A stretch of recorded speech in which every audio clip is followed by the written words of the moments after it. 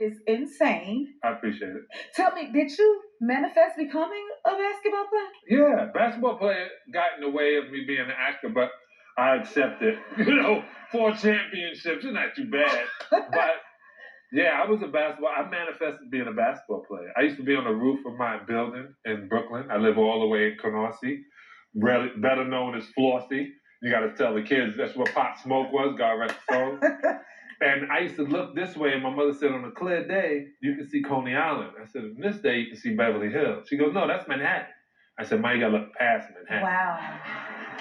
And you then, had the vision. Yeah, and she, one day, I had this wonderful house with 33-foot ceilings looking at the valley, and my mother was visiting. She stood there. She goes, you made it.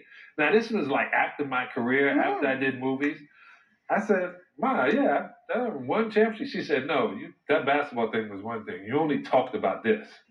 And I was like, really? Yeah. Oh. And then I looked out the window with her, and I go, okay, get out. It was my dream. Wow. So tell me about your passion for acting. I always had it. I loved movies. Mm-hmm. I was raised a Jehovah's Witness, so that means I couldn't go see a lot. Really? And so whatever I had time to do other than that was it. So I watched movies. And then I got Will and Martin came to Miami. I was playing for the Heat. Yes.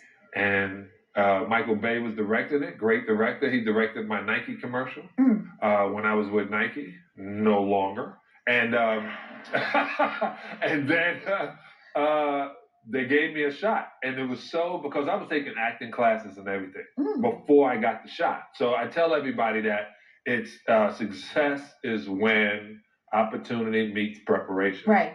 So that's the key to being successful. Yeah, you got to prepare. That is amazing. And is that how you won 4 championships with 3 different teams? Well, I won 4 championships because those guys needed me. Michael Jordan needed me. Isaiah. Your money too. Especially Shaq and Kobe, they needed me. Somebody had to be like, come on, man. One of the most like basketball players. Do you feel the way? I think so, except by guys I played against. Okay. Now I found that out. Okay. Tell us the scoop. I see some guys and everybody's, hey, what's up? And they're looking at me like, Sal, I still want to fight you. And I was like, why? And they were like, man, you did this, you did that. I go, man, it's either you or me. It had to be me. Okay. So I'm sorry. Kinda, but okay. So, do you think the game was more intense then, or harder to be like in the game back then versus now? Yeah, I would say so because we were playing for a check.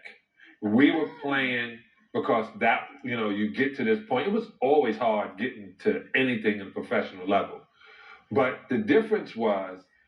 I got my first year was $230,000, and I was in the top 4 players on the squad, right? And after taxes, it was $160. Who says I pay taxes?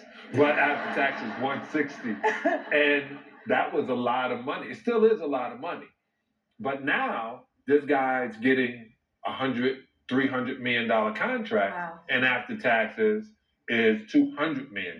Wow! So it was entirely different, and guys wasn't giving up their jobs, right? So the NBA has 4 more teams since I played, 4 or 5 more teams since I played. It's international now. It was a lot harder. I want to ask you, because my son, I'm a basketball mom, right, y'all? Okay. What would you say to the young kids who want to play basketball? I would say do pull-ups, do push-ups, do crunches, dribble left-handed on Monday, Wednesday, and Friday, like that, and dribble Tuesday, Thursday, and Saturday with the other hand, and the basketball should be with you at all times. You can win some championships. And